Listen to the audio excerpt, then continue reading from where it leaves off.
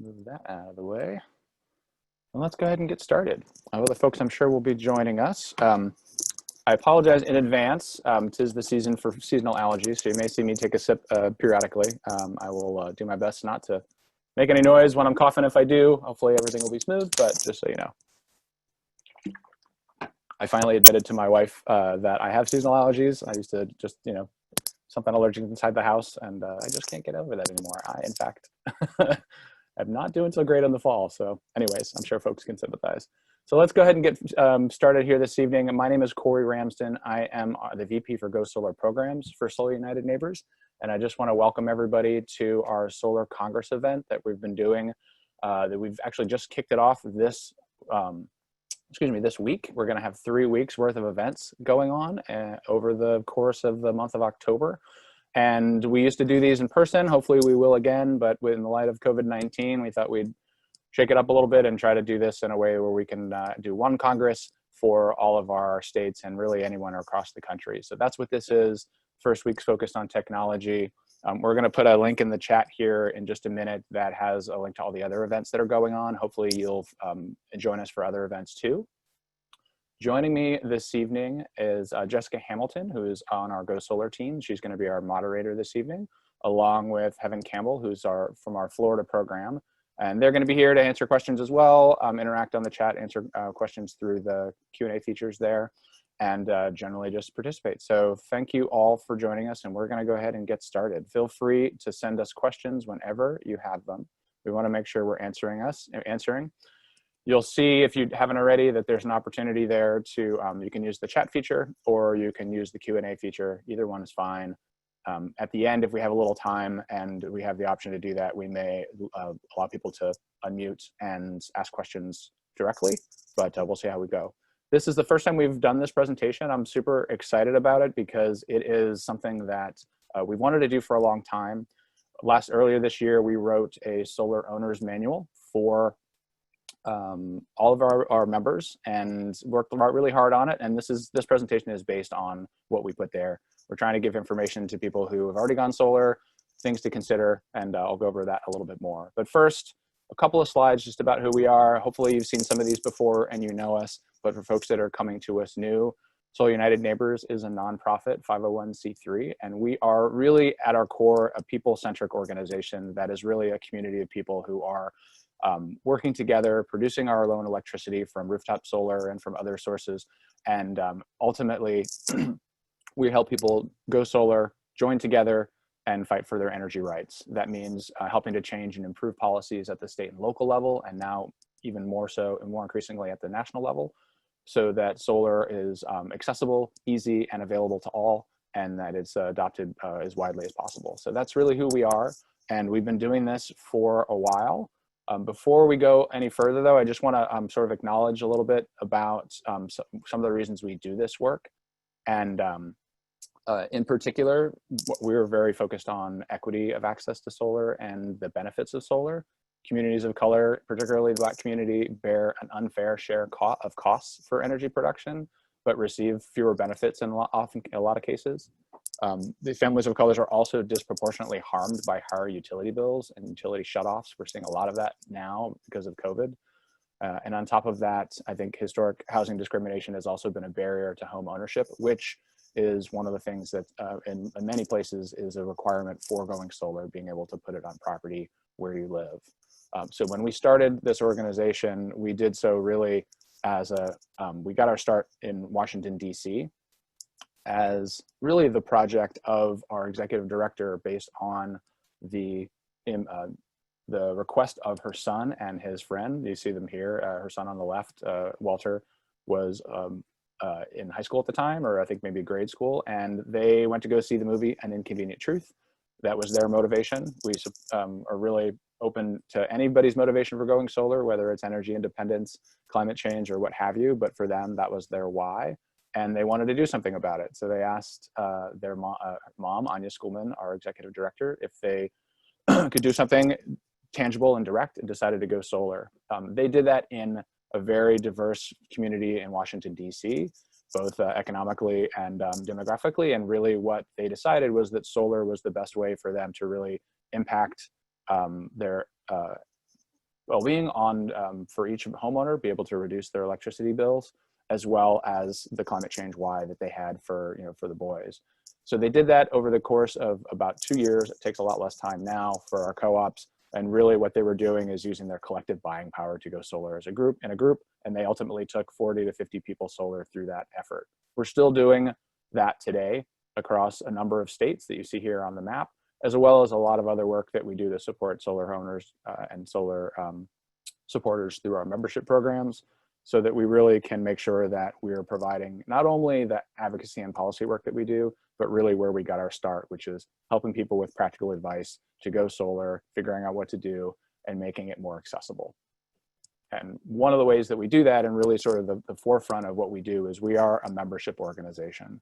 As you can see, I'm not going to go through these in detail here. It's kind of a wordy slide, but we've got a variety of different ways that people can engage and become members of our organization, from the basic free membership, which is really just telling us who you are and getting access to some of the things that we do to provide information, like our Facebook groups and listservs and materials that we have on our site, as well as some free memberships like co-op and individual, where people are in the act of going solar and we're helping them. And then for this group, the solar owner membership is really focused on people who have gone solar already, and trying to make sure that they have the support that they need or want, as well as engaging them with advocacy and the social components of it as well, and connecting with other solar owners in their community. If anybody's interested, we've got some great stuff too. You'll see if you go to store.solarunitedneighbors.org, which we can put in the chat as well. We've got some stuff we've been adding steadily there. The rooftop solar one is my personal favorite. I wear that one all the time. But if you're interested in supporting Solar United Neighbors that way, you can access any of those items and order them directly from our store. So that's enough of that. Let's get into the fun stuff. The quick review here, I want to just be aware that everybody who's on this call, people may or may not have the same level of understanding of the way solar works on a home. So we're just going to do a quick background of that. A lot of this material is from what we do in our Solar 101. So just really briefly, what we're talking about here are rooftop systems that are sometimes on the ground as well, but primarily rooftop, where we're connecting a series of solar modules together electrically, producing electricity from the sun when the sun strikes those modules, and then that electricity then flows into the home electrical system to power some or all of those loads. And what we're doing when we do that really is combining a series of parts together, which we're going to go into more detail later on in the presentation. But really it's three main chunks of equipment. One are the panels themselves, and that's the the actual silicon and photovoltaic cells that are converting that sunlight into electricity.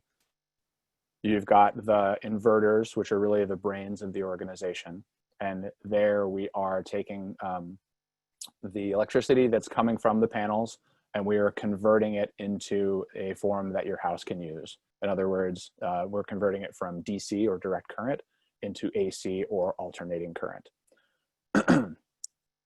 That equipment can really has a couple different varieties, which you see here. The installer is really going to be the one who can suggest the right equipment for you on your home, but there are some variations that are possible. The string inverter controls all of the modules as a single unit or sometimes in two separate strings. The string inverter plus optimizers, you have individual units that are on the modules and maximizing production per module, and the same is true for microinverters. And those are really the brains of the system. They're also the ones that are in charge of making sure you can access your monitoring, which we'll talk about later.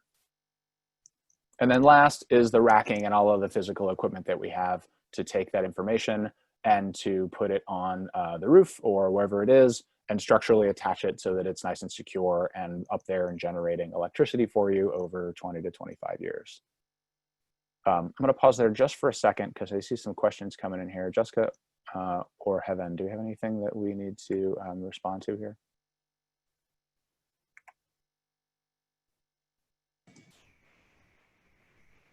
Yeah, we have a question from. Go ahead, Jessica. We have a question from Yvette. She asks, if selling your home, how much more does owning solar panels add to the value of your house? And then also, do you have information on how to make solar panel on your roof?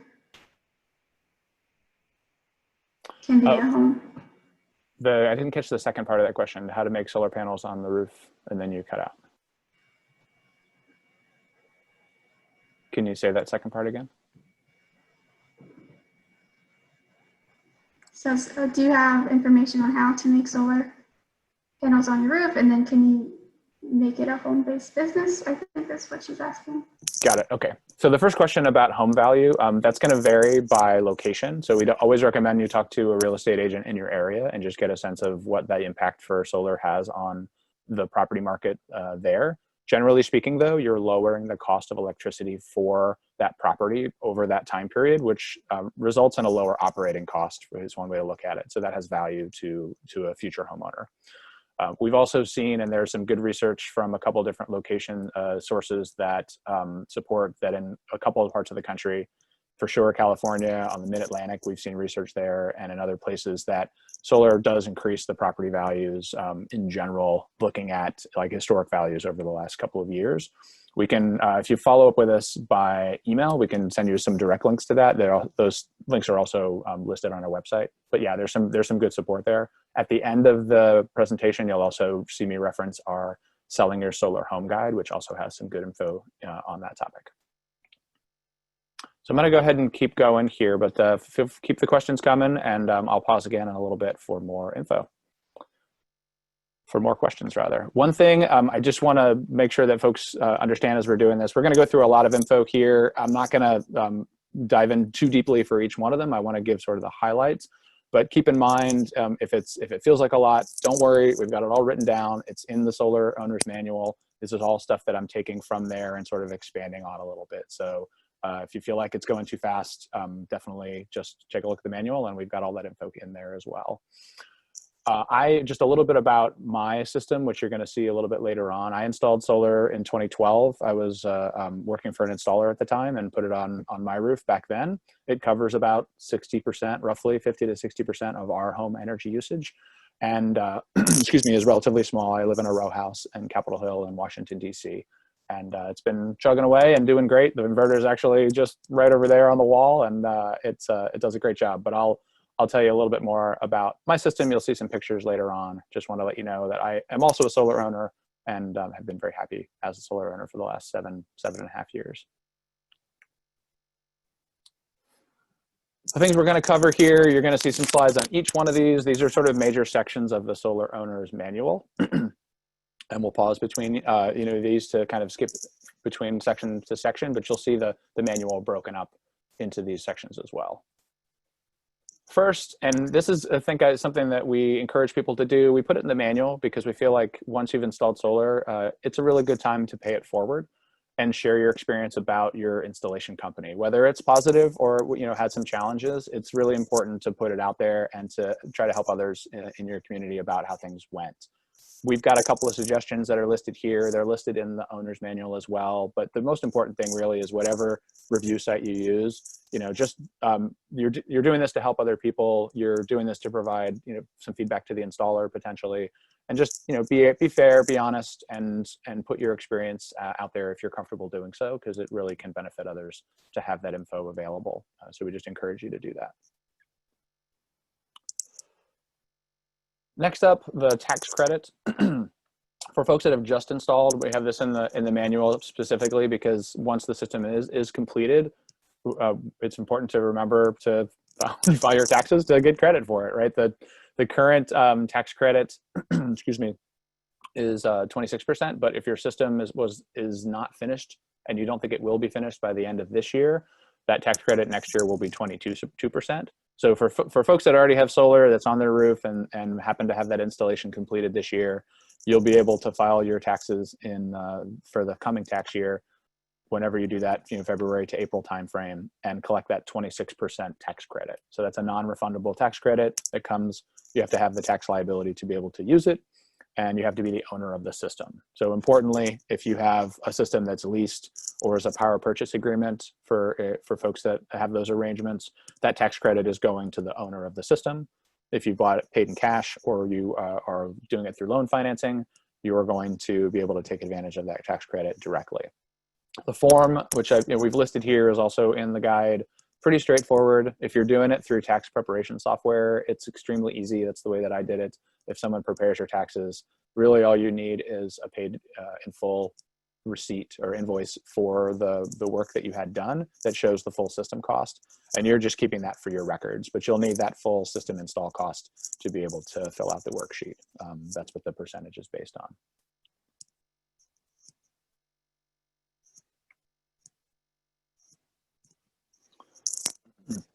Also, a little about warranties. You got this brand new system. You're super excited about it. Hopefully you won't need these warranties, at least, you know, anytime in the near future, but there are some equipment warranties that you want to just make sure you're aware of as a solar owner.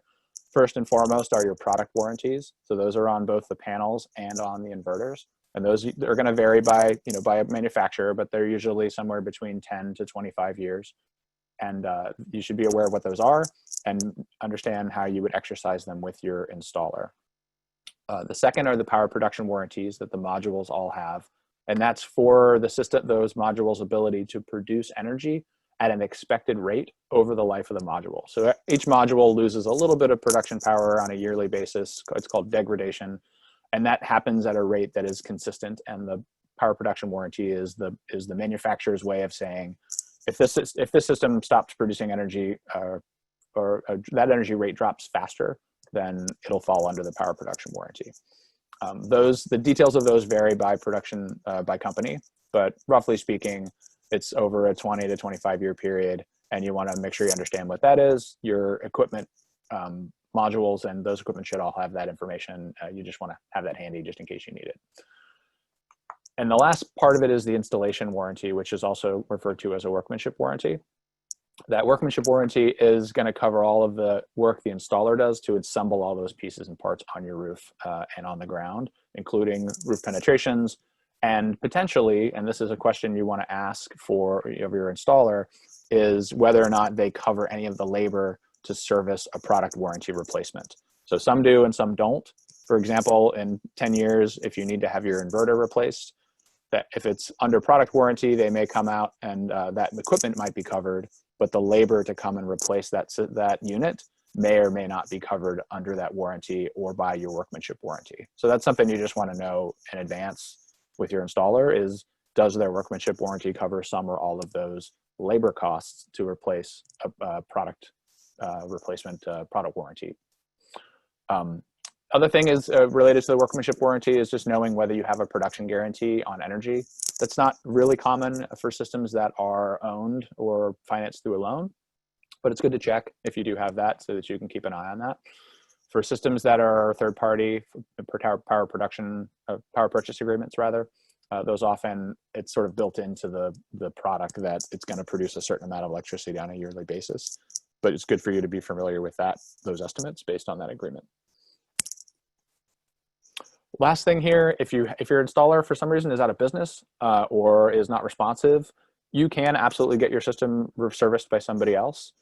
Sometimes it's hard to find those installers who will do maintenance. If you're having difficulty locating an installer, definitely get in touch with us. Sometimes we can give you recommendations on companies that we know do maintenance, because they don't all do them, or suggestions at least of where to find those companies. And in some cases, we're starting to look at options for members to have discounted services for maintenance. We're starting to investigate doing that. We're testing that currently in Maryland.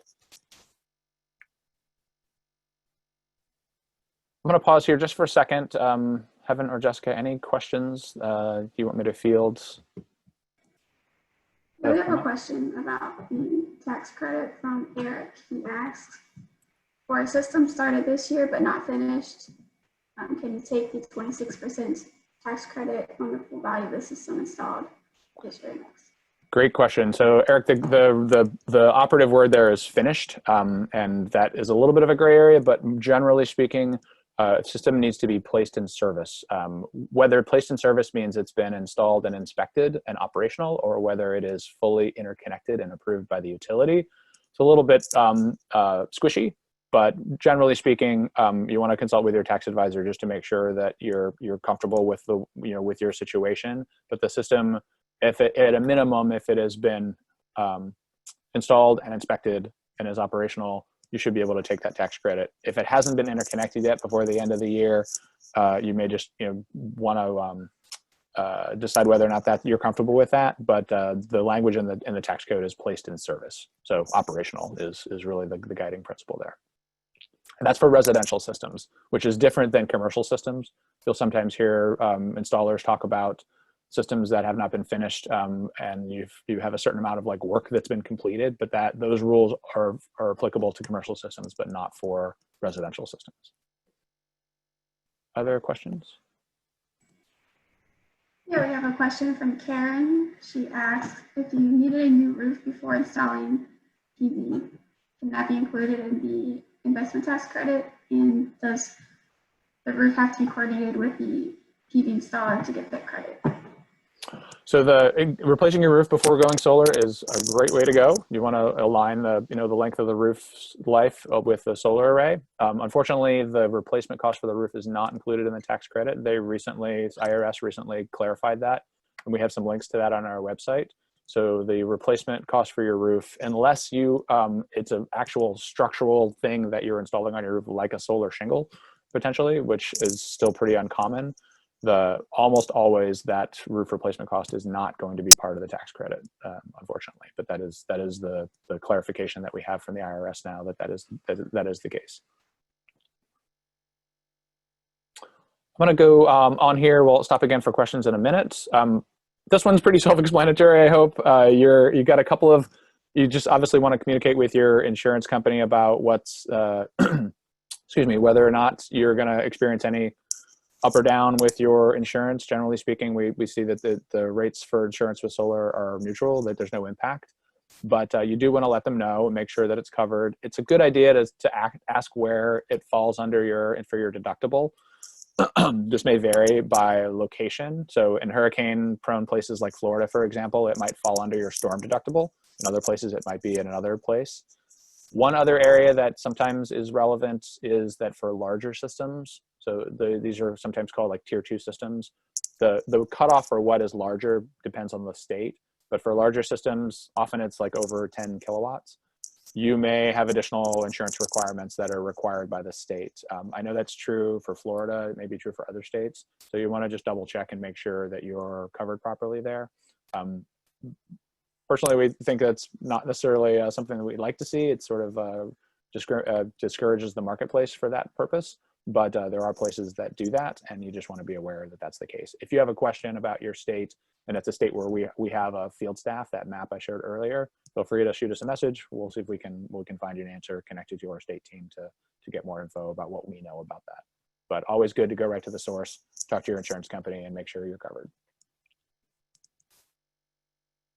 Oh, there's good. I've got somebody actually said their insurance dropped there. It just popped up where home insurance actually dropped by 50 for previous years. So that's something also to check. Sometimes insurance companies have climate commitments or other things that will cause those rates to go down too. So good idea to ask. And just for fun, can anybody identify the middle picture there? I don't have any prizes or anything, but I'm just curious if people, an outhouse. It's too small for that, Nancy. That is a little book house. It is in front of my house, and we put a little solar panel on there, so it has little lights that light it up at night. So I thought it was kind of fun, so I stuck it in there. That array on the left is mine, and the one on the right is one from an installation in Maryland that was part of one of our earlier solar co-ops that I just liked because it was kind of a pretty picture. Maintenance, everybody's favorite. Squirrels, by the way, love to chew on stuff. If anybody has any squirrels around their area, you probably know this already. They mind chew through my fence and anything else that they seem to get in the way of, not to mention my vegetables. And strangely enough, they like the taste of wires and will sometimes chew on wiring. So if you have squirrel activity in your area, you may want to think about getting a squirrel guard or something to protect your array. At the very least, one thing that we recommend for people, and this is one of the bullet points here, is get a visual checkup of your array periodically, maybe every 3 to 5 years. Just make sure things look good. They don't cost too much. You can usually get somebody to come out for $100, $200 to do like a visual inspection of the array. Make sure the wiring's in good shape, nothing's out of sorts, and that you're sort of staying ahead of anything like critter damage, for example. For monitoring, and I'm going to go through, have a few more slides on that in a little bit. You want to make sure you can access your monitoring. For new solar owners out there, can you log into your system? Can you see the production numbers, like how much energy you're making, both right now, like at a particular point in time, and cumulatively? And then you may want to consider asking your installer to configure alerts for you. A lot of these monitoring portals have an alerting function that doesn't get configured out of the box for homeowners. But if you own, and particularly if you own the system, and you want to get alerted proactively when, if for some reason a microinverter stops functioning, you should be able to set that up. You just want to work with your installer to do that. Ideally, they're getting those alerts and they're responding, but if you want to be more hands-on, you can certainly ask them to do that for you. Second, on washing panels and, excuse me, and taking care of the panels over time. If you live someplace that gets good rainfall, and your panels are pitched, they're not on a low slope roof, you're probably not going to need to wash them. If you do, you probably get some additional performance, but generally speaking, the rain is going to clean them off. If you're someplace that is, you either have like a lower slope roof, or you're someplace that has a lot of dust or dirt buildup, maybe you're by a highway or you're in the Southwest somewhere, then cleaning the panels periodically is going to give you a boost in performance. You're reducing that film that might form on the panels and allows the panel to convert more sun to electricity. If you're doing any panel cleaning on your own, if you don't hire somebody to do it, do not use any chemicals, don't use any soaps or anything. It's really just warm water. I can get to mine relatively easily on my roof. I have safe access. So once every year, every other year, I just go up there with a bucket of water and a squeegee and just clean them off. And that works fine. So definitely no chemicals. Anything that could create a film later on the panel is not going to be good for the equipment. So you just want to avoid anything like that. I already talked about checkups. And then the last thing here, roof repairs, just so you have kind of a picture in your head about this, when you're getting, if you have to have roof repairs later on, let's say, you need to get a part of your roof replaced, or you have some leakage that's happening for whatever reason, that if you need to remove the modules, what you're going to do is really, you're going to need to either work with your existing installer, or you can contract with a separate one. But ideally, the installer that installed the system, especially if it's still under warranty, workmanship warranty, they're going to come and remove that equipment, store it probably locally. So sort of disassemble everything safely, store it locally. Roofer can come and do their work, and then the installer comes and like reassembles the system on your roof, right? So you do want to make sure that you're aware of that cost ahead of time if you can. Like if you think you're going to replace your roof in a couple of years, you may just want to check with the installer and get a sense of how much that is. It's usually dependent on the size of the system, because it's really a labor cost of them to come and remove all those modules. But roughly speaking, it's around $1,500 to $5,000 to have somebody come and do that. So you want to push that, to the point about your roof age, you want to push that cost off as far as you can into the future. But that's generally the process involved if you need to do any roof repairs, is to have that system disassembled in some or in part, depending on whether it's the whole roof or you're just working on a section of it. We're going to go into monitoring just a little bit more here. I got a couple of fun slides, at least I hope you think these are fun. I do. This is my system. This is a 3.15 kilowatt system I put on the house in 2012, like I mentioned. It's a low slope roof in Washington, D.C. on a row home. And I use a system that has optimizers and an inverter. You can see this, that part that I circled there is producing less than the rest of them. These are lifetime numbers, by the way. Can anybody, just in the chat, any idea what's going on here? Why are those ones on the right less than the other ones? Any guesses? Shade, excellent, yep, definitely shade. Any idea maybe what's causing the shade?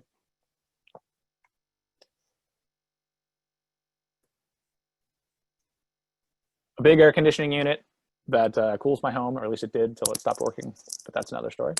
And a chimney. So you can see that that's impacting the production for parts of the day and parts of the year. And I can see that on my monitoring, which is really helpful.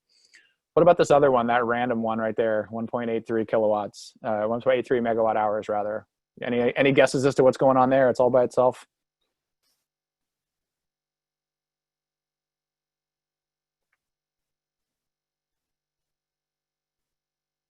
Squirrels. And the winner is those little vent pipes. So that's my installation. I got I have two vent. This is not uncommon, especially for for tighter roofs. You've got two little vent pipes there, and it's kind of cool because I, over time, have seen the impact of those little vent pipes. I chose to put them there anyways because I wanted to maximize the space I had to produce. But you can see that those shading elements over time do impact the overall production for that system, for that module rather. And because I have optimizers on here and micros too, you can see the rest of them are sort of performing independently over time. What that looks like over lifetime, so this is also my system, as you can see that in the course, some years you might produce a little bit more or a little bit less, but it's all within that same range, right? There, the weather conditions and other things are gonna impact from year to year, but mostly, roughly speaking, it's around that same production level. And over time, it'll go down, but your monitoring is really what's gonna give you a view into that. I was installed in 2012, but I had a half a year and we're not quite done with 2020. So I'm only showing you the full years, but you can see it's been pretty consistent over that time period. Got a question here just from Eric on SREX. Yes, DC, for folks that aren't familiar, solar renewable energy credits in certain markets, mostly in the mid-Atlantic, are the green value of the electricity. The system produces about 3.5 to 4 credits a year, about 3.5 as you can see here. And we're able to sell those separately for additional revenue. But that's a state policy that many mid-Atlantic states have and a couple other places that enables the market here. So we don't have any other incentives, but the solar renewable energy credits are pretty strong and encourage market development. So the things that are going to impact that weather production, sunshine, dust buildup, that slow degradation over time, but kind of cool to see it over such an extended period. All right, so we're gonna switch gears here real quick. Time check, it looks like we got about a half an hour. Cool. Let's pause for questions. Anybody have, Jessica or Evan, anything that you'd like to have answered live? I have a question about the monitoring. Nancy asks, when your monitoring period ends for the installer warranties, how do you update the software for new panels if you want to get new inverters, for example, and who puts this info into your monitoring software? That's a great question, Nancy. So I think if I'm hearing the question right, if your system needs to be upgraded or you're no longer under warranty and you want to do some changes to it, the company that you contract with is going to have to work with the the inverter manufacturer to whoever's running that monitoring portal to transfer ownership or control over it to them, or potentially to you, but usually it's to them, so that they can modify that information and add the new equipment so that the monitoring shows up properly, which is smoother than it used to be, but still can be a little bit confusing. So the installer essentially has to take over the account from the inverter manufacturer if your current installer is not in business anymore, or if you're choosing not to work with them. Oh, great question. Is it safe to walk over solar panels? Definitely not. Do not put any weight on panels. That used to be something you'd see people do. You see pictures periodically. Weight on those modules. If you're on the frame, you can kind of put your hands on a frame if you're up on a roof. Again, if you can't do it safely, please don't. But if you have a low slope roof and you're trying to navigate around, having your hand on the frame is okay, but putting it on the actual glass and any kind of weight creates micro cracks in the modules, and over time that can have some impact. So we definitely recommend not standing or putting any sort of significant weight on the modules as like a point load, or in other words, like a foot or a hand. That said, they can stand a lot of stress, from the weather. So it's not like they're fragile, but we don't recommend doing that. All right, somebody asked about, one of the questions in here is asked about, are you net metering? And that's a good segue into reading your utility bill. So not everybody has net metering, but for folks that do, net metering is this idea of getting a one-to-one credit of how much electricity you buy, like what you pay for electricity is the same value, what you produce for electricity is the same value of what you paid for it. So it's a one-to-one value. And that's the law of the land in many places across the country, but not everywhere. Some places that value of what you produce is less, and it might be less in different times of the year or different times of the day based on what your utility tariffs are, your rules for the road there for solar production. But in a lot of parts of the country, net metering is still the way that we credit production of electricity that's not used in the house. So if you remember from earlier, just to give you this, that's why I have this graphic here. When you're producing electricity, that electricity is going to come down through your house, a main electric panel, and you're going to use that electricity right on the spot if you have any electric loads. If you don't have enough loads to use that electricity you're making, some of those electrons may go out through your meter and you're going to get a credit for them. When it goes through your meter, that's the point where the utility says how much it's worth. And state law, where net metering is in place, you get the equal value. In other places, it may not be. But it's important to keep in mind that what you're getting credited for is only the electricity that leaves your building. These are what they call behind the meter systems. So you're producing electricity that's getting used on site, if it can be, and the remainder goes out to the grid over and over again all year long. And that dynamic affects how you get credited if you don't get a one-to-one credit. Just gonna check my notes here because this is kind of a full slide, make sure I'm not missing anything out. So one thing about terminology, and you'll see this in the Solar Owner's Manual, lots of different terms for the stuff that's on people's bills. I'm going to show you an example for one that is from our area. The actual structure and setup of people's bills is going to be all over the place depending on your utility. The terminology in the guide should help you sort of decipher some of that, but we can't give you an example of everybody's bill because every utility is going to display it differently. If you happen to have issues with your utility crediting your solar production, a couple of recommendations. One, talk to your utility company first. Always create a paper trail, ask them questions. Sometimes they may be helpful. They may be an error that they're not aware of. Other times it may be something else that they're able to, they're not able to figure it out, or they might be unresponsive. Depends on the utility, but always try to talk to them first. Take notes, make sure you know who you talk to, when you talk to them, just like any other customer service interaction, and make a paper trail. If you don't get assistance from the utility, contact your Public Utilities Commission. If you have an Office of People's Counsel, you can contact them as well. That gets them involved and creates a public paper trail, depending on the rules of the state, and allows you to sort of track that down. Most of the time, people don't have building problems, but when they do arise, it's important to just work through the process and document what you're doing. And if you need help, especially if you're in a state where we have staff, definitely reach out to us and we can provide some guidance as well based on our experience with those utilities, where oftentimes we've had co-op members or places or members that are in those areas, so we may be able to give you some guidance too. Once again, just to sort of reiterate, places that don't have net metering, so that might be Arizona, for example, where the value of electricity is different than that one-to-one credit. When you use electricity and when you produce electricity has a really big impact on the value. And that's a little bit more detail than we can go into here. But if you are in one of those places and you're looking for some help, just shoot us an email, info@solarunitedneighbors.org, and we'll do our best to help you out there. Okay, so reading your utility bill. As I said, this format is not going to be the same for everybody, but there's three sort of main pieces to this bill, right? Number one, hopefully that's big enough for folks, that 906 number. That's the amount of electricity the utility recorded you using during the billing period. The number two is the amount that they saw you produce.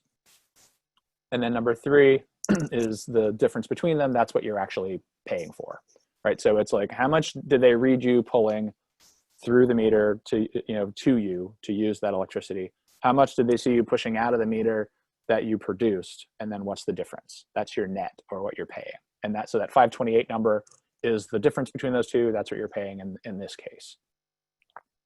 Special bonus question: is 378 kilowatt hours the total amount of energy this system made during the billing period?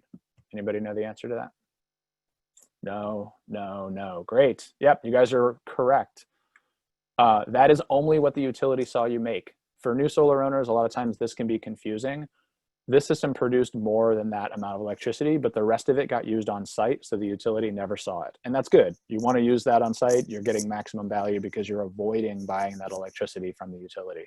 But as a result, what they show you on your bill is only going to be a portion of what your system produced. How much depends on when you produced and when you used electricity and how much of it stayed on site. I'm going to pause here before I go into this section here. Anybody have any more questions about that have come up that you want answered live, Jessica? Or any ones I didn't catch before? Yeah, I think there was a really good question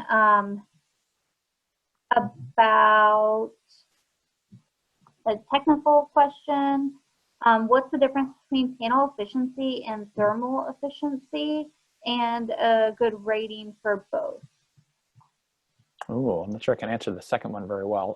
The panel, so difference between panel efficiency and thermal efficiency.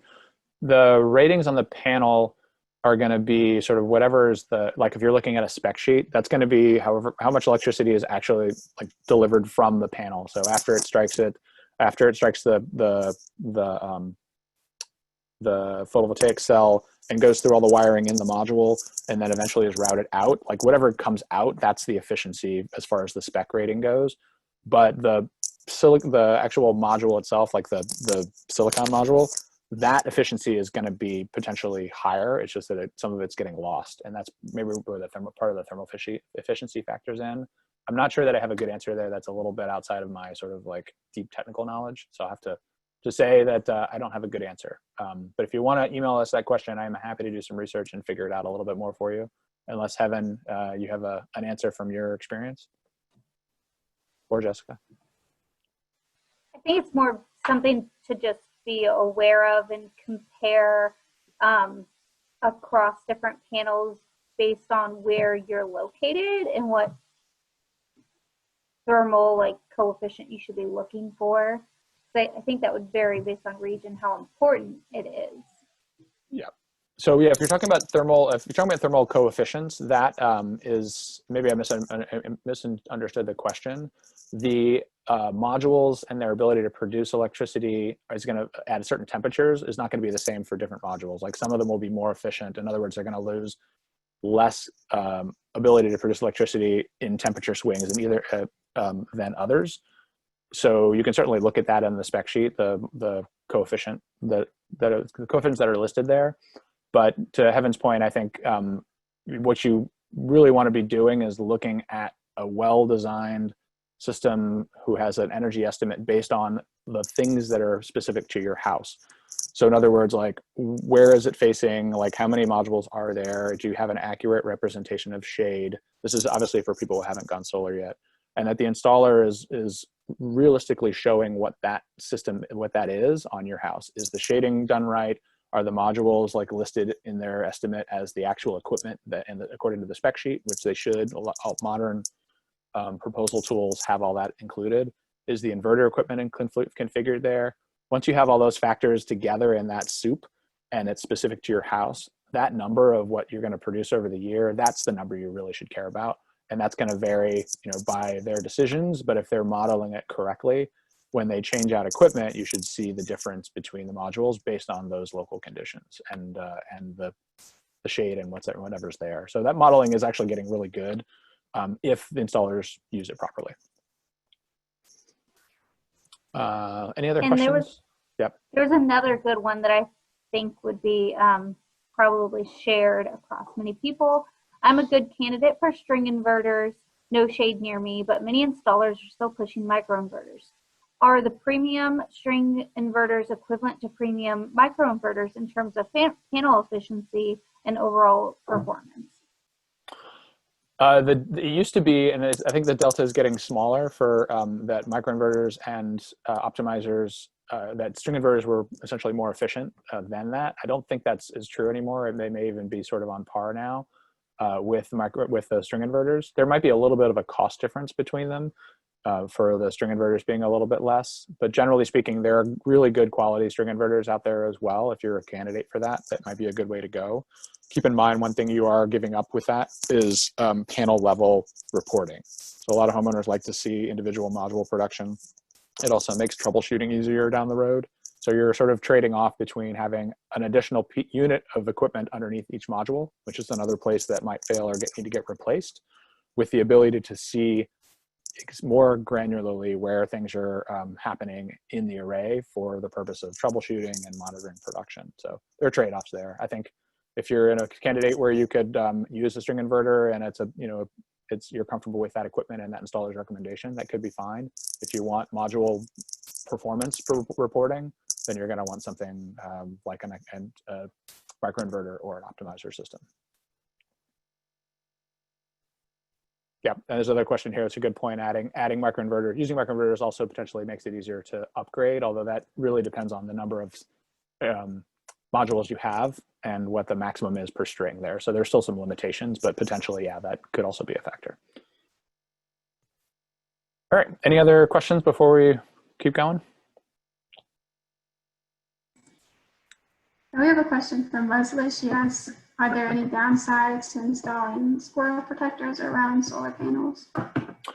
Great question. Yes, there can be. One thing that we do, and this actually is in the solar owner's manual, is that you can see in some situations you'll get leaf buildup around the squirrel guard, and have to sort of clean it out because it'll end up sort of creating a dam on your roof rather than having water flow underneath it. So that is something to keep in mind, right? You want to keep the squirrels from getting underneath, but you also don't want to create a leaf buildup problem either. So I think that's something to talk through with your installer for your specific installation.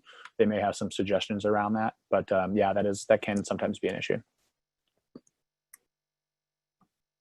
All right, we're going to keep going here, and then we'll leave some space at the end for questions. I think we're looking pretty good on time. So power outages, you can see we've got a storage guide here. If you're interested in accessing it, I'll show you how to get to it at the end. But just to reinforce, if you don't have storage and you have what they call just a grid-tied system, excuse me, your system is not going to operate when the grid goes out. It's going to shut off because those are the rules of the road with the utility, and they want to make sure we're not exporting electricity to the grid when people are out there trying to fix it. If you want to address that and you want to have power when the power is out, you're going to need to add battery storage and have that system set up so that it powers some, most likely some, or potentially all, which costs a lot more. And depending on where you are, may not be possible if you have a lot of cooling loads, but is going to most likely power some of your house in the event of a power outage. That can be added later.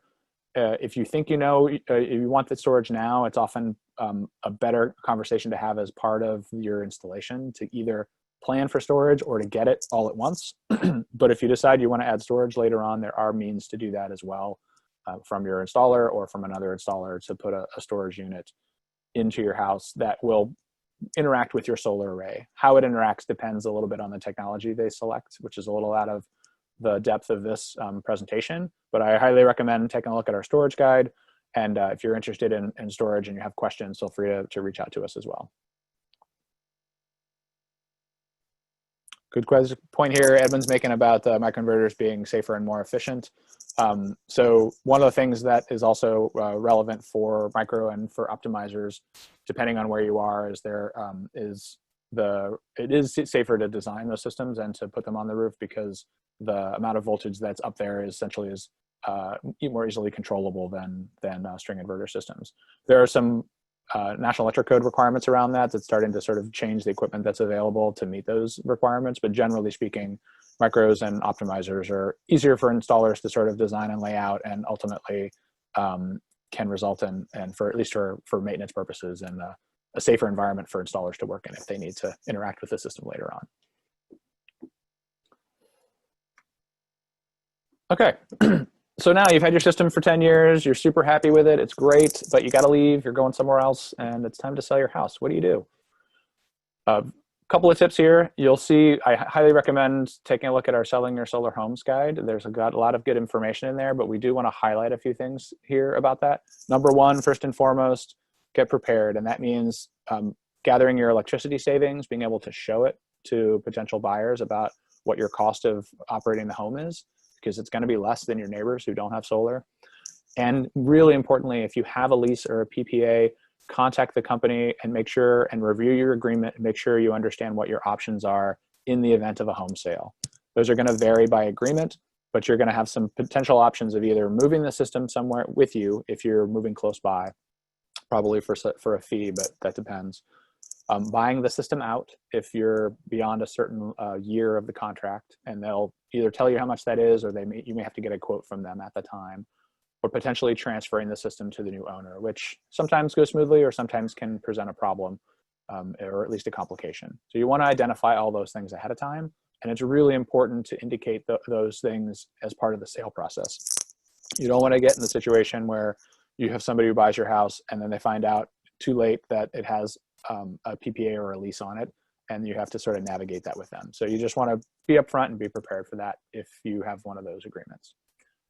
The second thing is making sure that you get an appraisal that appreciates and acknowledges the solar impact on the appraisal. So there are green appraisal forms out there, and there are appraisers that are specialized in that.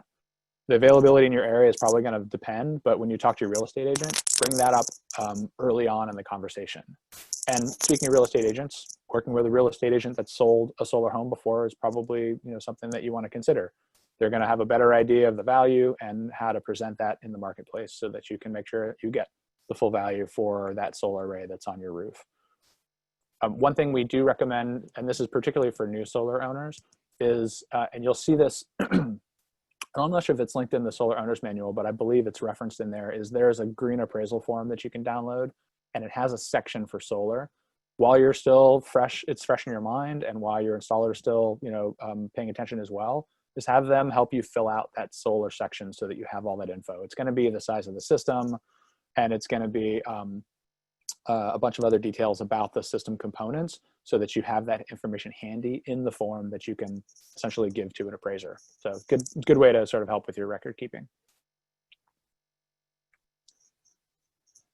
And then let's say you stay in your home. You've had the system for 20 years, 25 years. It was fantastic. You're ready to upgrade it to some new fabulous thing, and you're wondering about recycling. We get this question a lot. The reality is that recycling for solar in the United States is really not where it should be at this point, although there are options.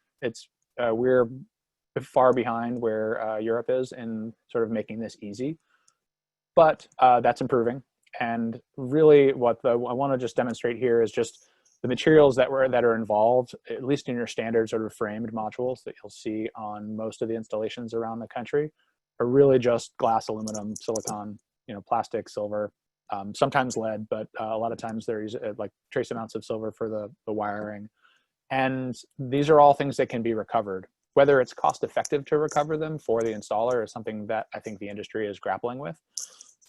But over time, we'll start to see either the industry get more serious about it, or probably in tandem with recycling mandates to be able to encourage this market to develop and to really support solar as we get more and more installations sort of aging out. Thankfully, right now, we're not creating a lot of that waste because a lot of systems are new, but we do have some that's coming through.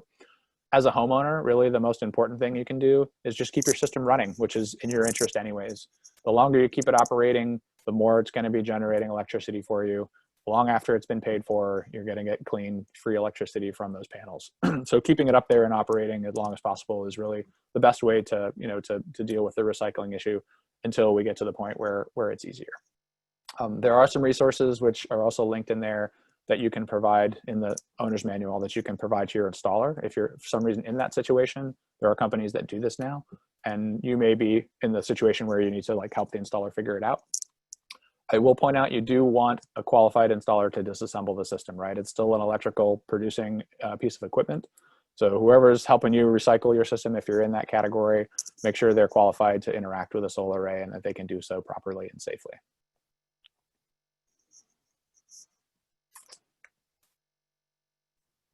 And as I've been talking about all night, if you're looking for more, definitely check out our Solar Owners Manual. If you're not a member yet, we'd invite you to become a member. You can do that at solarunitedneighbors.org/membership. Of any of the membership offerings you'll see there. And if you are a member, encourage you to sign into your membership portal. Under the resources section, which I'm showing here, you can see all of the guides that I've been referencing tonight for download and access, and feel free to take a look at them, give us your feedback. Some of them have been around a little while, some of them are new, but we would love to hear what you think about them and ways we can improve them. Ultimately, we want to make sure this is the best information it can be for our members and for the public. And as I said, feel free to head on over to solarunitedneighbors.org/membership and become a member if you aren't. If you are already, thanks for being a member and for supporting the organization. And we really appreciate your time. That's all that I have, and I'd love to stick around and answer questions as long as folks are willing to do so. I don't think anybody's coming in after us this evening, so if you want to keep answering questions online here, I am more than happy to do that with you. We actually have a hand raised from Shirley. She wants to ask her question. around Super, it. yeah. Do you want to, if you want, I mean, you can go ahead and just unmute if you want.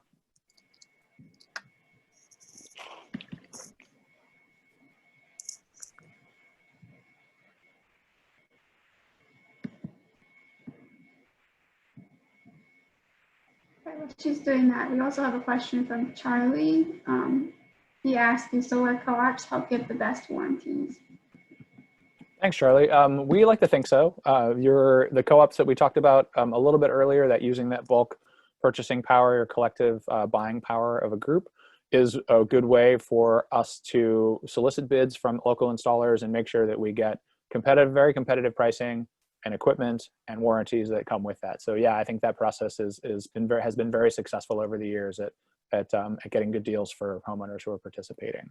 And either Jessica, Adam, or Heaven, I don't know if you have already, but let's put that co-ops link in the chat.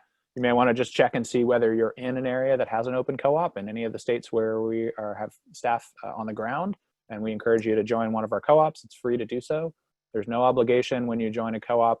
The only point of decision you have is once the installer is selected, they're going to present you a proposal that has the group pricing, but is custom for your home. And at that point, you can decide whether you want to move forward or not. And it's a bilateral contract you sign with the installer, just like any other contracting agreement. But no obligation whatsoever to sign up and join. We'll take a look at your roof, make sure it's a good fit for solar, add you to the group, and you're welcome to do that any place we have one open. The link, Jessica just put that link in the chat for you. Other questions?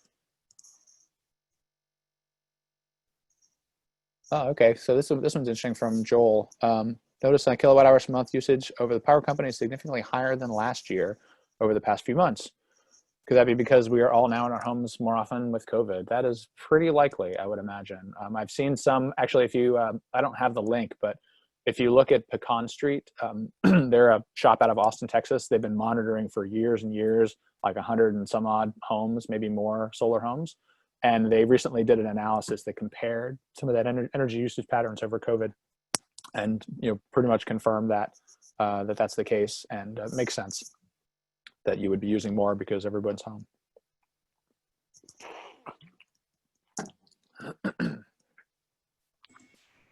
Other questions? We have a question from Catherine. She said that she just installed panels. They're not operational yet, but she has optimizers on each panel, and she wants to know if a pipe only shades a tiny section of one panel. Does that bring down the entire panel to that level? Or does the rest of the panel continue to soak up 100% of the energy? So for the whole array, if you have shade on one single module with optimizers, the rest of the array will be fine. If part of a single module, so just that one module, if part of that module is shaded, the optimizer is not going to help that because it's a single unit and a single optimizer with it. But the whole array, if let's say you have 15 modules and one of those modules is shaded, the other 14 will continue to function optimally, because that's the point of the technology. So I think if I understood your question right, if the module itself is shaded, the optimizer won't necessarily help with that, but it will keep the rest of the array working. We had a question, a couple questions that are related. What is the range of watt for roof mounted panels, and what's the cost range per panel? And then a related one, what's the standard solar panel now in terms of watts? So can you answer that and kind of explain why we think about price in dollar per watt rather than per panel? Yeah. So the first question about the range of watts, I haven't looked too closely at the most recent product offerings, but it's roughly about 290 to 370 watts per panel. The important thing, as Heaven mentioned, though, is looking at the cost per watt for the whole installation rather than a particular piece of equipment within the installation. And we do that by looking at cost per watt. So, excuse me, if you have a $10,000 system and it is a, let's say it's a, sorry, pardon me just for a second. If you have a $10,000 system and it's a 5,000 watt system, so let's say 5 kilowatts, then that's going to be $2 a watt, right? So it's $2 per watt of generating capacity. That lets you sort of compare across different systems and equipment keep in mind that modules are going to come in different ranges. You've got sort of a standard module that is there are a lot of offerings out there where it's perfectly fine, but it's just kind of a standard production and warranty setup, and you'll all the way up to sort of Cadillac modules where it's a much higher efficiency excuse me per watt in terms of the physical square foot, and longer warranties potentially, or more involved warranties. So there's a pretty good range between the premium panels and the standard panels, but lots of good options out there. If you contact us separately, sorry,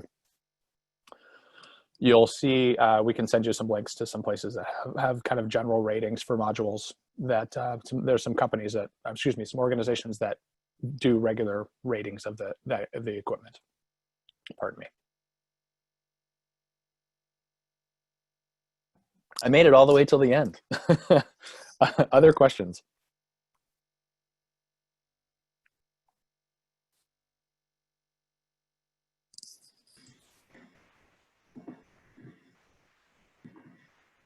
See if we have anything else that's sticking out here. I'm just looking at the chat part. Somebody asked a question that I can kind of take a stab at. I've been waiting for delivery of a Tesla Powerwall for about 10 months. My understanding is Tesla stopped production on PV batteries to concentrate on making cars. Do you have any info on the status of the backload and when they will catch up on fulfilling requests? I can speak to Florida. We recently heard that they don't expect to fulfill anything for the next 4 months. And then after that, it's kind of up in the air, but it was a for sure not going to happen within the next 4 months. I think that this is common right now, seeing this delay. And I also wanted to share that as we get closer to the end of the year with the tax credit sunsetting, you can expect some delays in both workload of installers and permitting has been delayed from the pandemic. So all of these things kind of compiling at the end of the year as well. And Heaven's demonstrating, I think, a good example of places where we have field staff on the ground. We have get good information, and Heaven is certainly able to do that for Florida, and we've got staff in a bunch of other states that will have similar knowledge of that. A couple of questions that kind of came up as Heaven was answering that. One from Albert about the sort of the average self-consumption rate. In other words, how much are you using on site before you generate, before you send it out to the grid? I don't have a good number on that. I think the number that you're referencing here, like 30 to 40%, that feels about right, but it's really going to be dependent on the location, the geographic location, because it's obviously connected to heating loads and cooling loads and things like that, which are going to vary by sort of environmental factors. So I would imagine that would vary by parts of the country. And I can add to that. I would encourage everyone to try to shift as much usage to your own self-consumption as possible. This comes up a lot for anyone who is maybe not an investor-owned utility, maybe a rural electric cooperative, or has a specific time of use or less than retail net metering rates. It's really important to be able to shift that usage. I've seen people use like hot water heater timers and other timing devices and smart load devices to be able to accomplish that.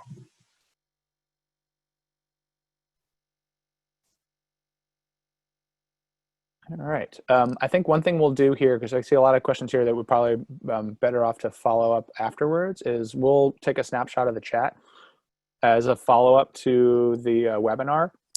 We can send folks just a sort of a summary of questions that we didn't answer and answer those there as well.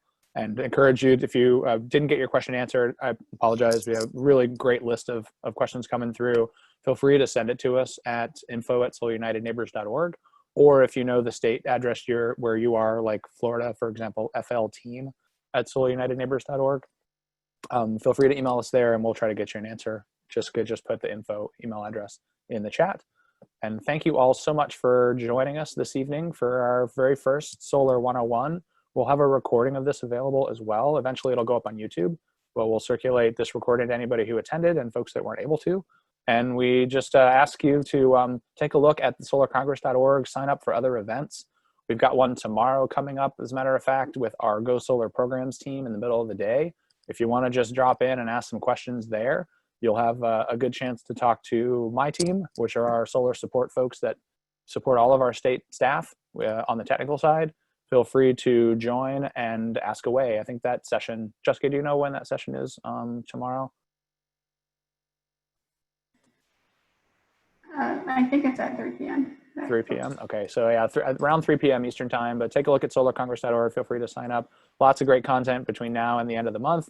Next, we'll have things also on advocacy and being able to support solar from your couch, so to speak, in our current situation, and some good EV charging information. On Friday of this week, we've got an Ask Me Anything about storage with our program director from Virginia, Aaron Such. I'll be the moderator, man behind the curtain for that one. So feel free to join us there and nerd out on some storage questions. And we just encourage you to continue to engage with us and become members if you're not. And thanks again for joining us this evening. Have a lovely, safe evening, and good night.